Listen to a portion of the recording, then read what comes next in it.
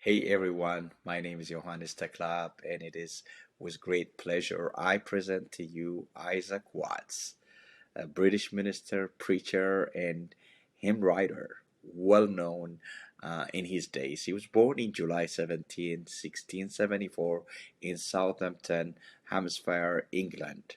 Watts died in November 25, 1748.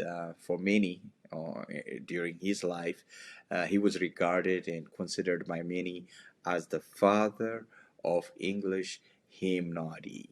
Um, to just look back at his background, Watt's family were nonconformists. So they sent him to a dissenting academy in Stoke Newington, London, to study until 1694. So he was educated there at King Edward VI School, um, where he learned Latin, Greek, and Hebrew. Um, Shortly after, he started writing. As a result of his education, um, his work includes in logic, geography, and astronomy, as well as hymns. In 1969, he became a tutor and a chaplain to the family of Sir John Hartop. Um, Terms of what he's known for, he is known to have written over 600 hymns. As you can see on your left, one of our favorite Christmas carol song, Joy to the World, was contributed by him. Watt wrote the Joy to the World and many more of the well-known hymns. Um, However, scholars say that his hymns were inspired by his theology, so he became a mighty preacher and hymn writer who impacted not only England but the rest of the world. Many considered him to be as the father of English hymnody, as I mentioned earlier.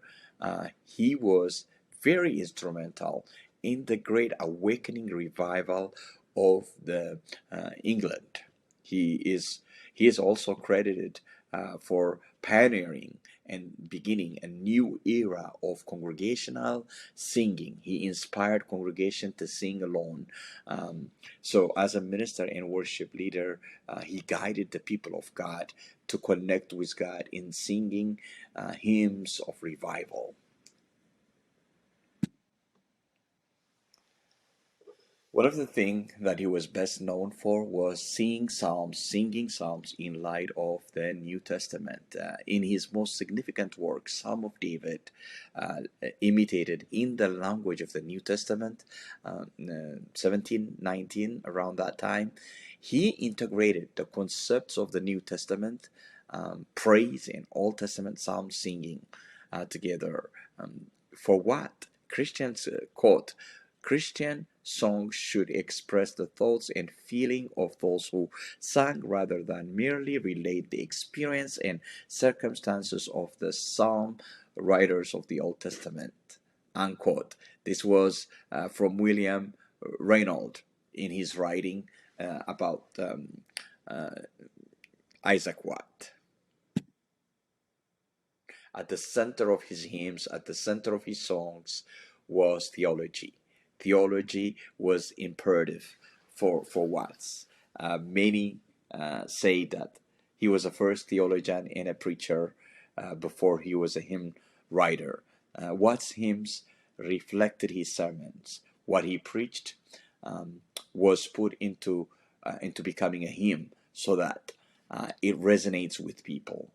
His theology of worship was decisively Christocentric.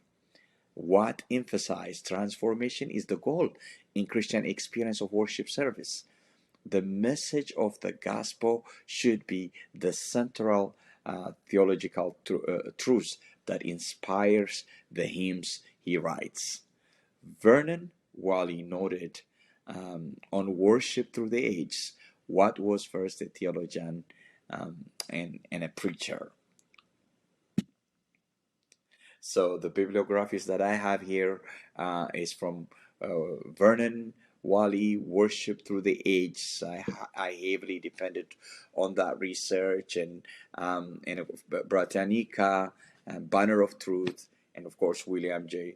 Reynolds, the quote that I quoted. Thank you for listening to my presentation.